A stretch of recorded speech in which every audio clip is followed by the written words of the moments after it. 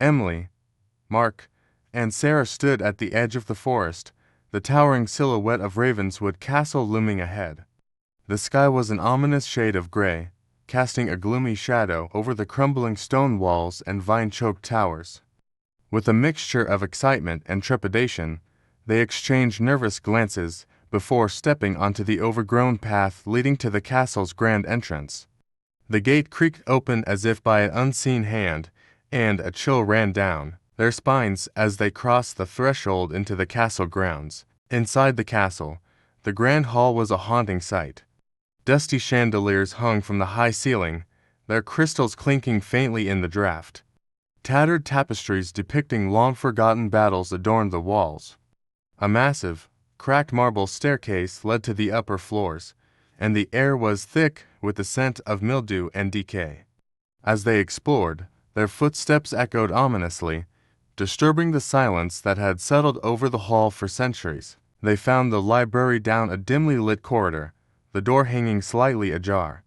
Inside, shelves upon shelves of ancient, leather-bound books lined the walls. The air was heavy with the scent of old paper and ink. A large, ornate desk sat in the center, covered in cobwebs. Emily approached the desk and noticed a book lying open, its pages yellowed and brittle. As she reached out to touch it, a sudden gust of wind slammed the door shut behind them, and the candles flickered ominously. While exploring the library, Mark accidentally triggered a hidden mechanism behind a bookshelf, revealing a narrow, dark passageway. The air was colder here, and the walls were lined with strange, archaic symbols. They hesitated for a moment, but curiosity got the better of them. With a single flashlight to guide their way, they descended into the passage, the walls seeming to close in on them as they ventured deeper. The passage led them to an underground crypt, the final resting place of the castle's former inhabitants. The room was filled with stone coffins, each bearing the name and dates of the deceased. The air was damp and cold, and the sound of dripping water echoed around them. As they moved deeper into the crypt, they noticed one coffin had been disturbed, its lid askew. Suddenly, a cold hand grabbed Sarah's ankle, and she screamed, her voice reverberating through the crypt. Panicking, they fled the crypt and found themselves in a long, narrow hallway lined with portraits of the castle's former residents. The eyes in the portraits seemed to follow them as they ran, and whispers filled the air. Mark felt a cold breath on his neck and turned to see a ghostly figure in tattered clothing standing behind him.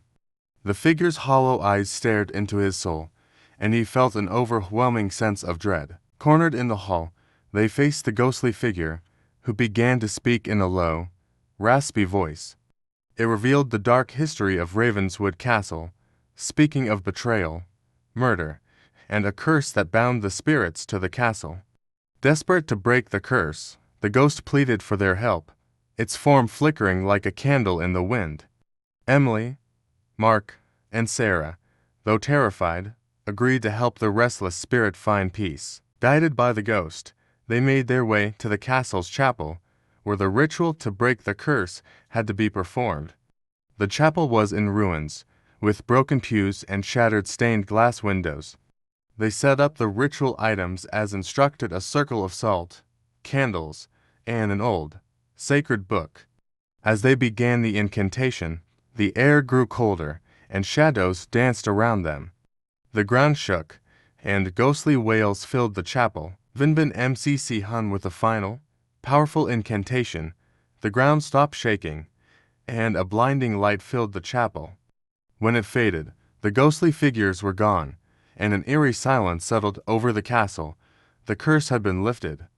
Exhausted but relieved, Emily, Mark, and Sarah made their way out of Ravenswood Castle as the first rays of dawn pierced the horizon, signaling the end of their night of terror.